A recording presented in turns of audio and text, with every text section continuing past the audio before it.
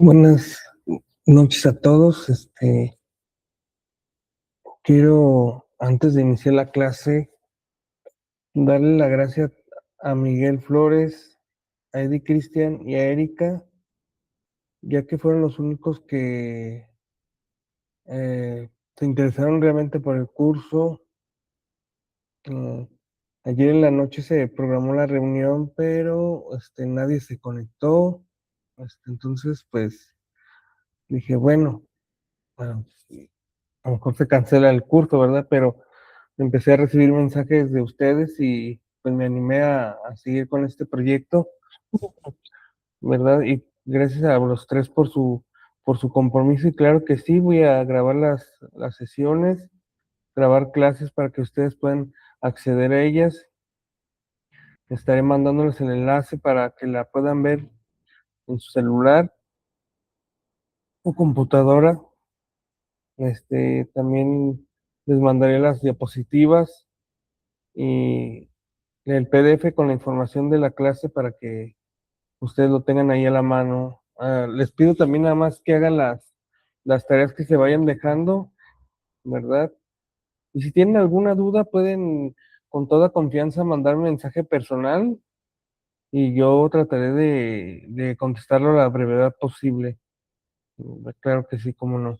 Bueno, vamos iniciando con nuestro tema del día de hoy, que es manejo de la Biblia. Ya este segundo módulo, ya vamos a empezar precisamente a ver cómo se estructura la Sagrada Escritura, a empezar a buscar citas bíblicas, a identificar libros, capítulos y versículos.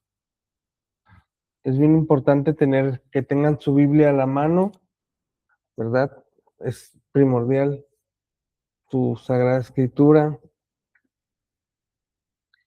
para que puedan realizar la actividad. Muy bien.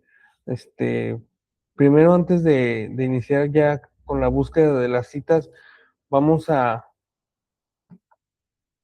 ver lo que nos dice un gran santo que es padre de la iglesia y que fue el que se encargó de traducir la Biblia. Me refiero a San Jerónimo, que nos deja esta frase: desconocer la escritura es desconocer a Cristo. Como creyentes y más como cristianos, es de vital importancia que nos adentremos en la lectura de la Sagrada Escritura, pues como ya mencionamos la clase pasada, en ella está escrita la historia de la salvación.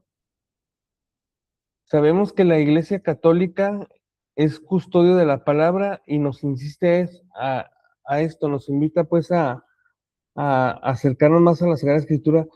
De hecho, desde el Concilio Vaticano II, en la Constitución Apostólica Dei Verbum, en los apartados, se nos habla precisamente de que la gente o las personas debemos de volver precisamente a la lectura de la Sagrada Escritura y su importancia, pero no solamente en este documento, en el documento de Aparecida, que fue un concilio ecuménico, este, mm, se nos afirma que es necesario educarnos en la lectura y la meditación de la palabra. Esto lo pueden checar en el numeral 247 de este documento. Pueden poner en Google o si gustan yo les paso el enlace también para que lo puedan checar ahí, el documento aparecido en Brasil. Así se llama el pueblo, no vayan a creer que porque se apareció alguien ahí. No, así se llama este lugar Aparecida y así se realizó una reunión y se batieron distintos temas, sobre todo este de la Sagrada Escritura y se llegó a esta conclusión. Bueno, de hecho, el numeral 247 nos dice lo siguiente: es condición indispensable el conocimiento profundo y vivencial de la palabra de Dios. Por esto, hay que educar al pueblo en la lectura y la meditación de la palabra, que ella se convierta en su alimento para que por su propia experiencia vea que las palabras de Jesús son espíritu y vida. Pero si queremos de verdad que Cristo tiene palabras de vida eterna, tenemos que recurrir esencialmente a la Sagrada Escritura, ¿verdad? Ya vimos la clase pasada que la Sagrada Escritura no es solamente letras, nos está hablando de una persona que es Cristo,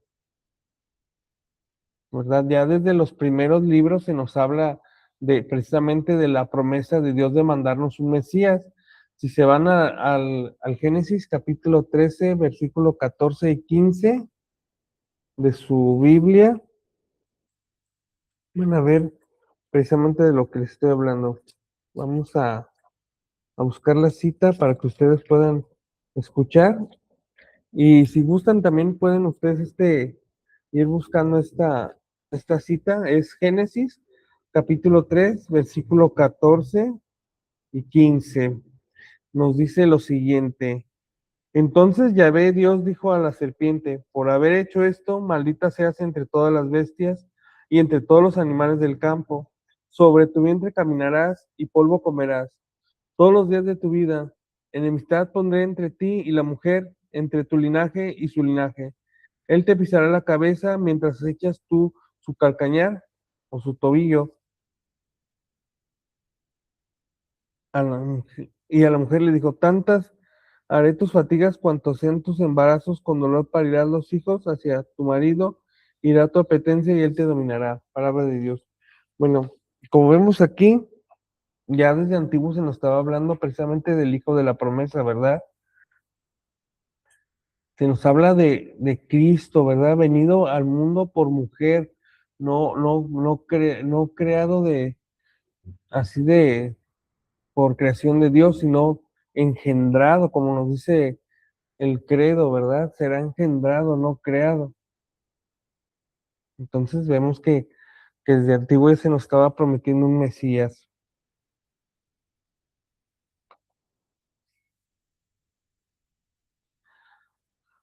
La iglesia, que es custodio de la palabra, nos insiste en esto, lo que les decía del documento de Aparecida, que es necesario educarnos en la lectura y en la meditación de la palabra. ¿Por qué es importante arrimarnos a la Sagrada Escritura? Porque así podemos fortalecer nuestra relación con Dios, ¿verdad? Saber qué es lo que nos quiere transmitir desde siempre,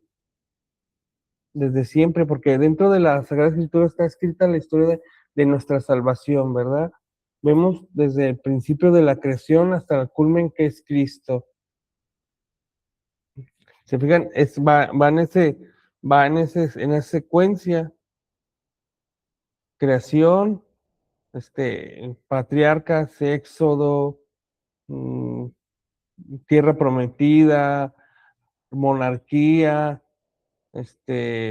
exilio en Babilonia, luego la era de los profetas, luego ya todo lo que tiene que ver con la venida de Cristo, evangelios, escritos apostólicos de San Pablo, cartas católicas, y por último tenemos el Apocalipsis, ¿verdad? Que es el libro de la Revelación. A grandes rasgos así se divide la Biblia, ¿verdad? Primero, antes de entrar a buscar nuestras citas bíblicas, vemos que hay que definir la palabra Biblia. La palabra Biblia, no sé si ya ustedes ya habían escuchado, pero viene del vocablo biblios en griego, ¿verdad? Que significa precisamente los libros. Hemos de saber que la Biblia no es un solo libro, sino la colección o conjunto de varios libros, ¿verdad? Que es como una pequeña biblioteca donde se contiene todos los textos que fueron inspirados por el Espíritu Santo y que se reveló a los hombres, ¿verdad? No es que Dios haya escrito nada, sino que inspiró a los hombres con su espíritu para que ellos pusieran por escrito precisamente su palabra. Como dato curioso, en la antigüedad existía precisamente una ciudad llamada Biblios, que era una ciudad fenicia en donde se fabricaba el papiro, que en aquel entonces era el que se utilizaba para poner los escritos.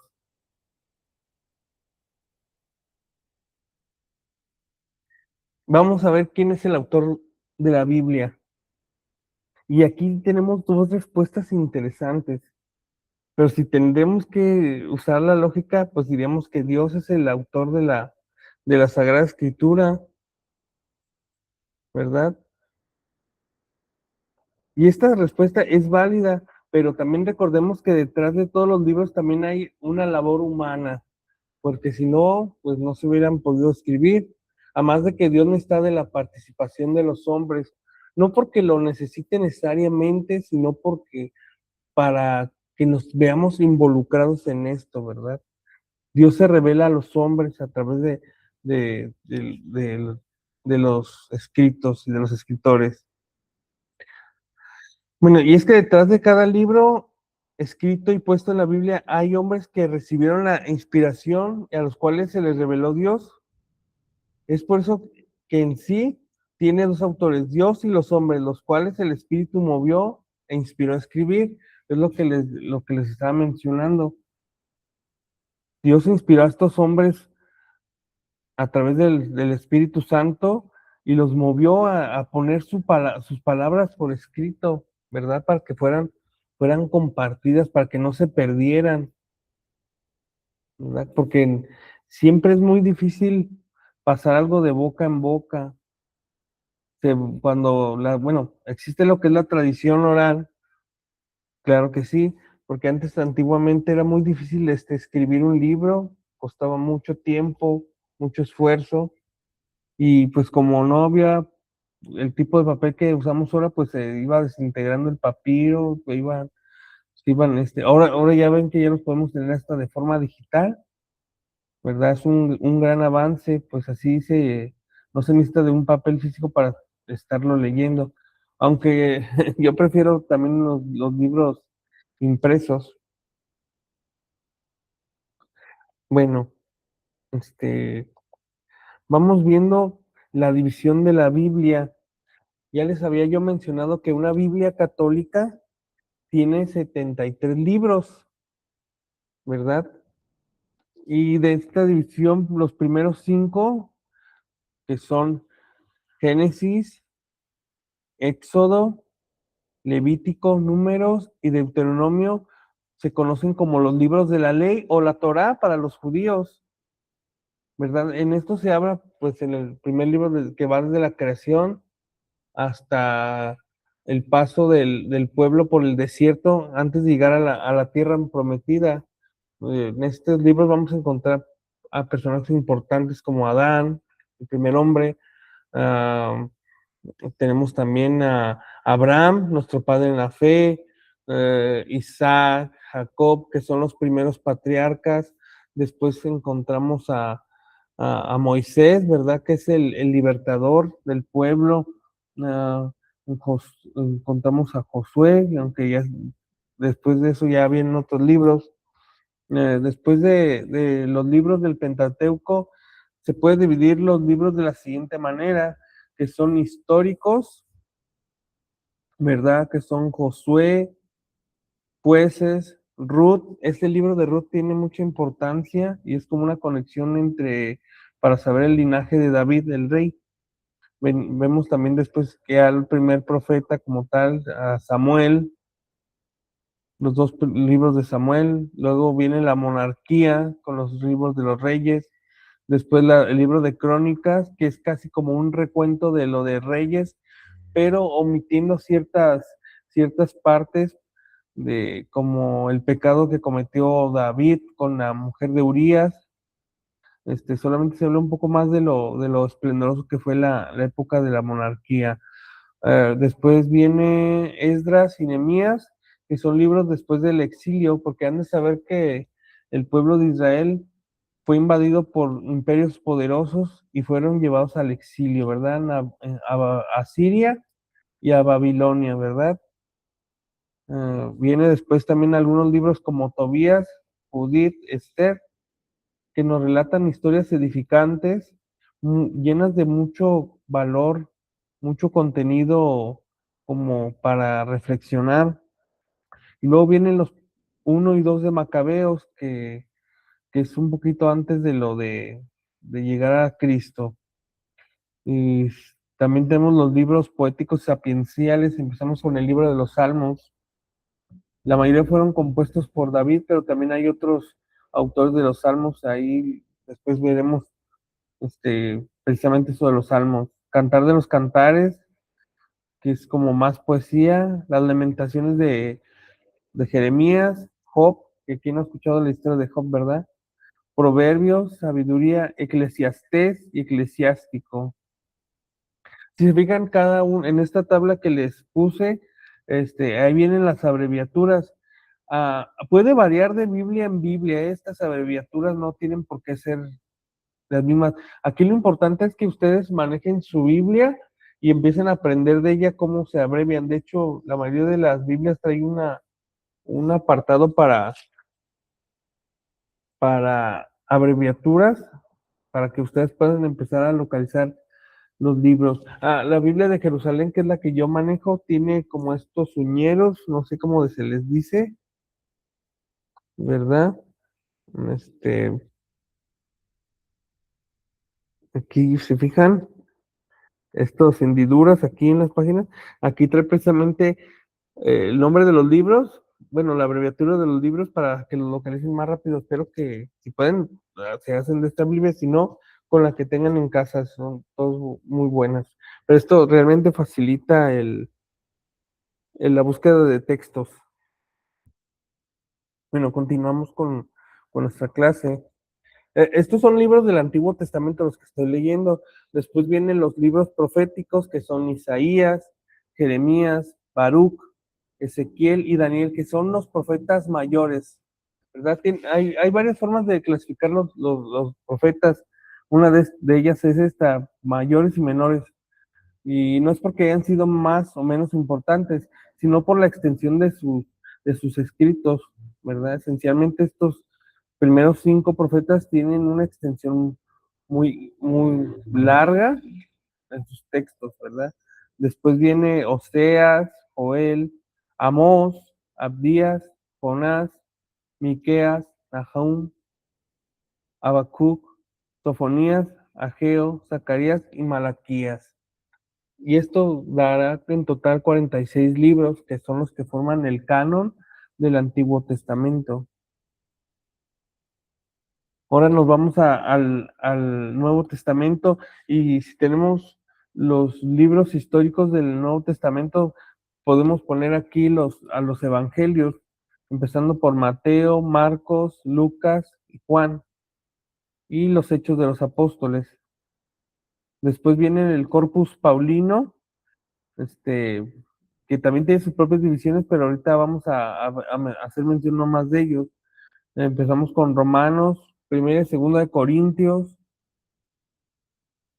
Gálatas, Efesios, Filipenses, Colosenses, 1 y 2 de Tesalonicenses, 1 y 2 de Timoteo, Tito y Filemón. Son 13 cartas de San Pablo. Se cree que tiene más, pero estas son como las que se tomaron como de forma canónica, ¿verdad? Que sí se le pueden atribuir que son realmente de él. Y luego venimos con las cartas católicas, que son las de Santiago, primera y segunda de Pedro, las 3 de Juan, primera, segunda y tercera de Juan, la carta de Judas y los hebreos. Los hebreos también entra aquí, ¿verdad? Creo que me faltó anotarla aquí, pero hebreos también entra. Y pues libros proféticos, pues entra el Apocalipsis, ¿verdad? Ahora sí ya si los cuentas son 26, dándonos, digo 27, dándonos un total de 73 libros conformados por la Biblia católica. Había una compañera, no me acuerdo quién fue, que me decía de que algunas Biblias protestantes sí traen el canon como lo maneja la Iglesia Católica. Sí, sí, es verdad. Hay varias traducciones de la Biblia de editoriales protestantes que sí tienen como ese canon o ese número de libros, pero aquí lo malo no son las traducciones.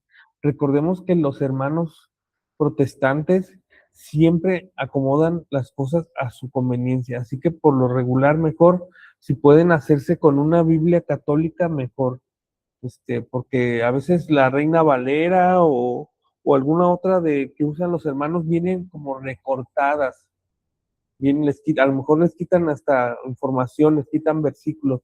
Hay que tener mucho cuidado con eso. Es mejor hacerse de una Biblia católica que de una Biblia protestante, que sí las hay con todos los libros, como les digo, pero mejor para estar 100% seguros de tener los textos correctos, es mejor hacerse de una Biblia católica, ya sea Jerusalén, latinoamericana, Biblia del pueblo, de las Américas, ¿verdad? Y también vamos a ver en qué lengua se escribió la Biblia. Bueno, la Biblia se escribió principalmente en tres lenguas. Primero tenemos el arameo. El arameo era como la lengua popular del pueblo. A, a diferencia de lo que muchos creen, los arameos era un pueblo que vivía cerca del tiempo el tiempo de Jesús en Palestina, porque así se le conocía entonces a ese lugar donde vivían el pueblo de Israel, ¿verdad? Palestina. Entonces, los palestinos estaban hacia el norte, vivían mucho y tuvieron mucha influencia, sobre todo con las personas que estaban pegadas hacia el norte. Por eso Jesús hablaba arameo, porque era como la lengua más popular, se puede decir, de uso común para todos los pobladores de Palestina. En arameo se escribió, aunque sea poco, pero sí algunas partes del libro de Daniel, algunos capítulos, y el libro de Esdras también en arameo. Luego tenemos el hebreo, que es en la lengua que se escribió la mayor parte del Antiguo Testamento. El hebreo es una lengua sencilla en sí, pero es pobre de vocabulario y restringido. De hecho, no existe como tal, no existen vocales en el hebreo, puras consonantes, por eso es algo así como, yo imagino que como estaba apenas naciendo las lenguas en ese entonces, pues los escritos estaban como en un lenguaje muy antiguo, ¿verdad? Apenas como desarrollándose. Y también encontramos el griego, que todo el Nuevo Testamento fue escrito en griego. Aquí el griego que se utilizó no fue el griego clásico, sino el koiné, que es un griego igual que el arameo, que es más popular y de uso común. El griego se fue introduciendo gracias a las conquistas de Alejandro Magno y además del contacto comercial que tenían las personas que viajaban de un lugar a otro e iban introduciendo estas lenguas, ¿verdad? Es como nosotros aquí con Estados Unidos hemos adoptado muchos anglicanismos, ¿verdad? Y los hemos hecho parte de nuestro lenguaje popular. Pues precisamente así se fue introduciendo el griego en ese entonces. La fecha de composición de la Biblia, aquí les presento una línea del tiempo, ¿verdad? Pero básicamente, la Biblia se cree que fue escrita alrededor del siglo X antes de Cristo, y los libros que componen el Nuevo Testamento datan del año 49 hasta el 50 o hasta el 150 después de Cristo. Ah, el primer escrito del que se tiene este pues dato que fue escrito del Nuevo Testamento es precisamente las cartas a los tesalonicenses, la primera de Tesalonicenses. Los evangelios fueron escritos después. De hecho, el de Juan ya está más pegado al año 100. Y de los evangelios, el primero en ser escrito no fue el de Mateo, fíjense, fue el de Marcos, pero siempre se pone primero el de Mateo en, la, en ese orden. Bueno, antes de pasar a este tema de cómo citar un libro en la Biblia, también vemos que dentro de cada libro de la Biblia hay una división, ¿verdad? Por ejemplo, si vamos a abrir el libro del Génesis, vemos que hay números grandes, algunos están marcados en negro, bueno, aquí en la Biblia de Jerusalén así lo está marcado. Esos números grandes vienen siendo los capítulos, ¿verdad? Que son porciones de texto extensas de cada libro. Y si vemos bien en los textos, vamos a ver números pequeñitos, ¿verdad? Estos son los versículos que son porciones más pequeñas de los capítulos.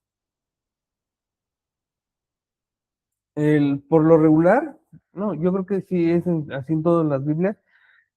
El número más grande, que es el capítulo, siempre va a estar del lado izquierdo del texto, ¿verdad?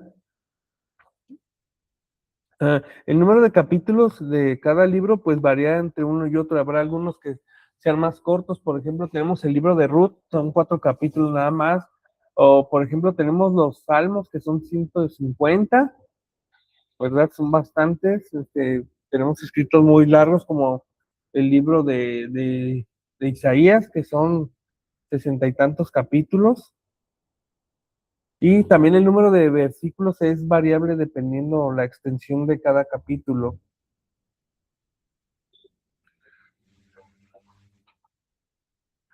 Aquí nos da un ejemplo. Siempre para citar un libro, siempre vamos a necesitar primero el nombre del libro. Y si nos fijamos siempre, las abreviaturas es lo que les decía, porque aquí en esta diapositiva está indicado Juan, pero hay que aprendernos las abreviaturas porque normalmente cuando se nos indica buscar un texto, no dice completamente el nombre, sino nomás la pura abreviatura. Por eso es importante irnos aprendiendo cada abreviatura. Cuando se quiere citar un texto, se tiende a utilizar abreviaturas de los libros y esto hace que la búsqueda sea más sencilla. Es importante familiarizarse con las abreviaturas para que se tenga un mejor manejo de la Biblia. Y ahora sí vamos a lo importante, cómo citar un libro, un texto bíblico, perdón. Si queremos localizar un texto bíblico, debemos revisar primero estas características. El título del libro, ¿verdad? Por ejemplo, si tenemos aquí que dice Juan, la abreviatura para Juan, tenemos que localizar también el texto de Juan dentro de los evangelios, sabemos que es el cuarto, es Mateo, Marcos, Lucas y luego sigue Juan, ¿verdad? Este, Luego tenemos que ver el número de capítulo que nos está indicando la cita bíblica o el texto que se nos está pidiendo. Por ejemplo, aquí, Juan, capítulo 3, ese número 3. Vemos aquí una coma, que ahorita vamos a ver eso precisamente, y después nos da una indicación de que busquemos el versículo 16. Juan 3, capítulo 3, versículo 16. Y si nos vamos a la Sagrada Escritura, nos dice lo siguiente, porque de tal manera amó Dios al mundo que ha dado a su Hijo unigénito. Eso es lo que nos dice. Si quieren, pueden irse al Evangelio de Juan y van a ver que sí, precisamente es ese texto. Uh, Aquí en esta imagen que les dejo también nos da más ejemplos de cómo realizar las búsquedas. Vamos viendo lo que significan cada signo de puntuación, porque sí, existen estos signos de puntuación en la cita de textos bíblicos. Como ya vimos aquí en este de Juan, está el número de capítulo que es 3, la coma, este símbolo nos ayuda a separar el número del capítulo del número del versículo. Por ejemplo, aquí tenemos Juan 3, versículo 16, ahí está la separación. La coma, vamos a poner siempre primero la abreviatura del libro que queremos buscar o del que se nos pide buscar. Por aquí en este ejemplo, JN, que sería Juan. después el número de capítulo, seguido de la coma, y luego viene el número de versículo, que es 16. Cuando se nos pide esto es cuando se nos pide nomás un solo versículo, así quedaría la cita tal cual. Pero, ¿qué tal cuando se nos pide leer más versículos? Por ejemplo, 2 o 3 versículos después de ese versículo inicial. Se usa el guión, que el guión separa los versículos e indica que hay que comenzar en el versículo tal hasta el versículo tal. Por ejemplo, podemos citar Mateo 1, versículo 1, guión 6. ¿Qué quiere decir esto? Que al buscar nuestro texto, nos vamos a ir primeramente al Evangelio de Mateo, capítulo 1, coma, vamos a indicar con la coma desde dónde va a empezar a leer los versículos. Mateo capítulo 1, versículo 1, o sea, el principio del capítulo, hasta el versículo 6. Eso es lo que quiere decir el guión, hasta. Pero además el guión tiene otra función más útil, como separar grandes porciones, por ejemplo, hasta capítulos. Por ejemplo, podemos poner Mateo capítulo 1 hasta el capítulo del versículo 1 hasta el capítulo 2 versículo 1 precisamente, ¿verdad?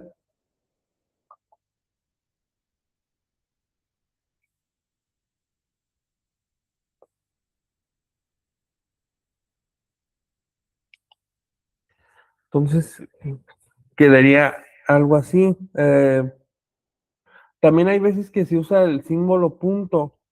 El signo de puntuación de punto está indicado como para dar un salto de versículo o hasta de capítulo. Esto se hace para tomar una parte del texto y saltar otra paralela o citar otra parte que se hable de lo mismo. Por ejemplo, si buscamos Génesis, capítulo 2, coma, 7.10, ¿verdad? ¿Qué quiere decir esto? Pues vamos a ver el libro del Génesis, capítulo 2. Vamos a utilizar la coma para indicar qué número de versículo vamos a empezar, que en esta ocasión sería 7, capítulo 2, punto y 10. ¿Qué nos va a hacer, qué hace referencia a esto? Que vamos a leer el capítulo 2, versículo 7, pero vamos a omitir los versículos 8 y 9 y nos vamos a saltar hasta el 10. Nada más vamos a leer el versículo 7 y el 10. Los 8 y 9 no los vamos a tomar en cuenta para esta cita. Vamos ahora con el punto y coma. Indica cambio de capítulo. Se usa para hacer referencia a otro texto del mismo libro sin volver a repetir el nombre del mismo. Por ejemplo, eh, volvemos con la cita de Génesis. Génesis 2, 7 y luego punto y coma 3:10. ¿Qué quiere decir? Que vamos a leer el capítulo 2, versículo 7 y después nos vamos a saltar hasta el capítulo 3, versículo 10 sin leer lo demás, nada más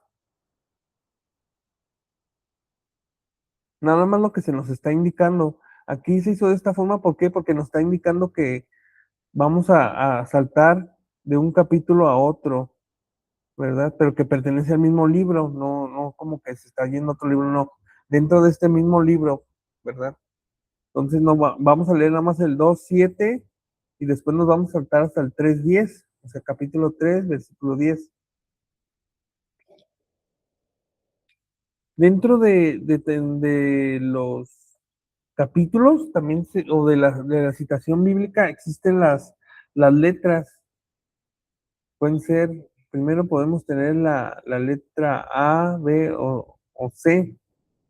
Y es que estas letras se utilizan hay versículos que están muy amplios. Entonces a lo mejor a veces nomás se quiere tomar cierta parte del versículo para que lo lean los alumnos o lo busquen o para saber de que nomás está hablando de eso. Y se utiliza A, B o C. La A es la primer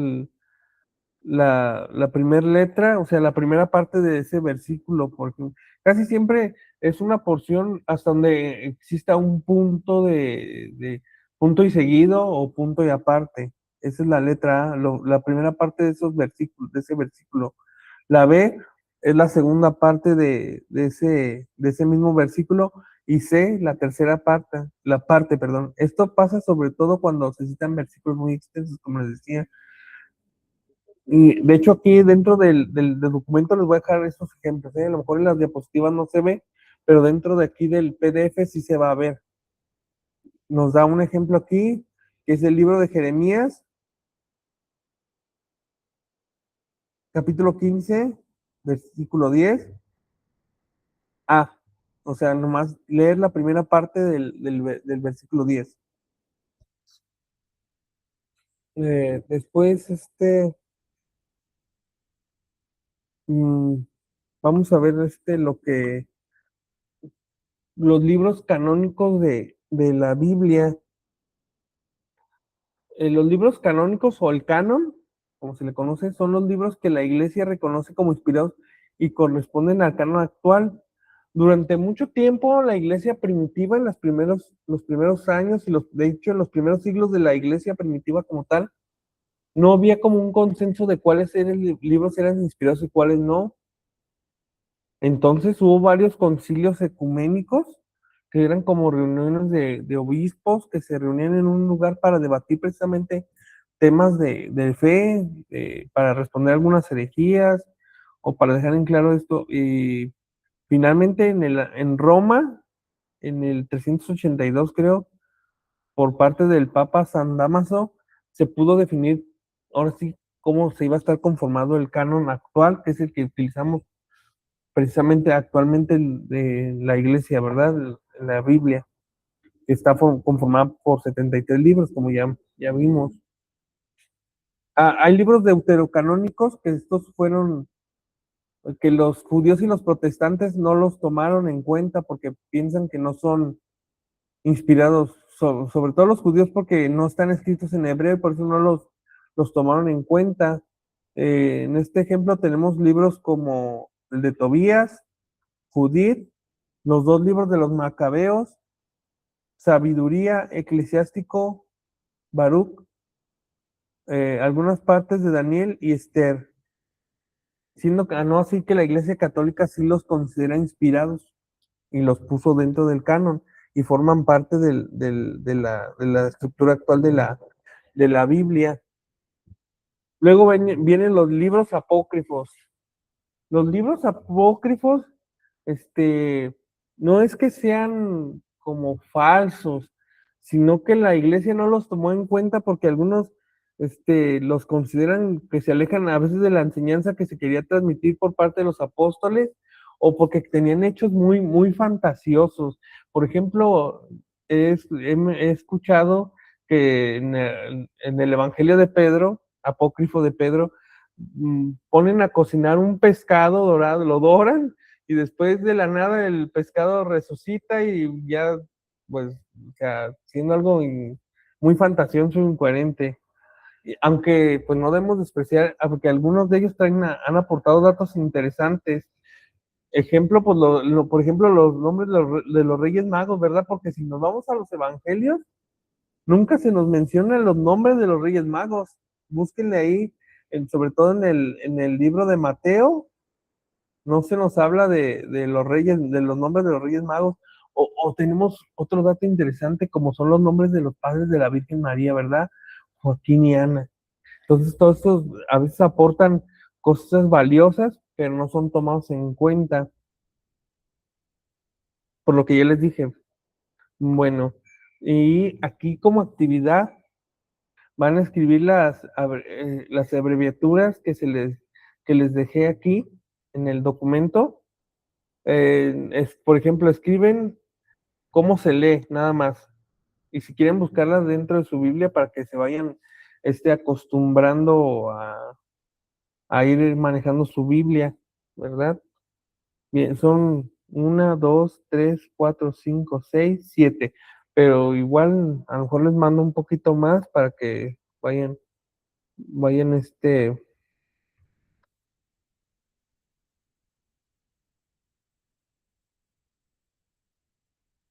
para que vayan ustedes buscándolas. Bueno, pues de nuevo muchas gracias a ustedes tres que hicieron que este curso siguiera adelante, ¿verdad? Yo les agradezco de todo corazón y los felicito a ustedes tres por querer seguir aprendiendo y adentrándose más en esto de la Biblia. Voy a hacerles llegar la grabación en cuanto esté lista y también les voy a hacer llegar las diapositivas y el PDF.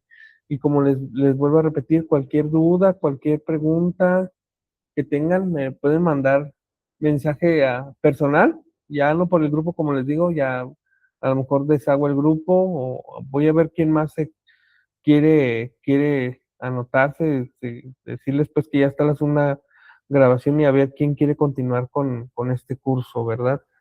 Bueno, les doy muchísimas gracias por su tiempo y espero que estas sesiones sean de utilidad para su crecimiento espiritual, para acercarse más a la Sagrada Escritura. Les deseo muy bonita semana y les pido que estemos todos en oración constante por todos, ¿verdad? Para que Dios nos siga bendiciendo y agradecer cada momento de esta vida. Muchísimas gracias, que estén bien.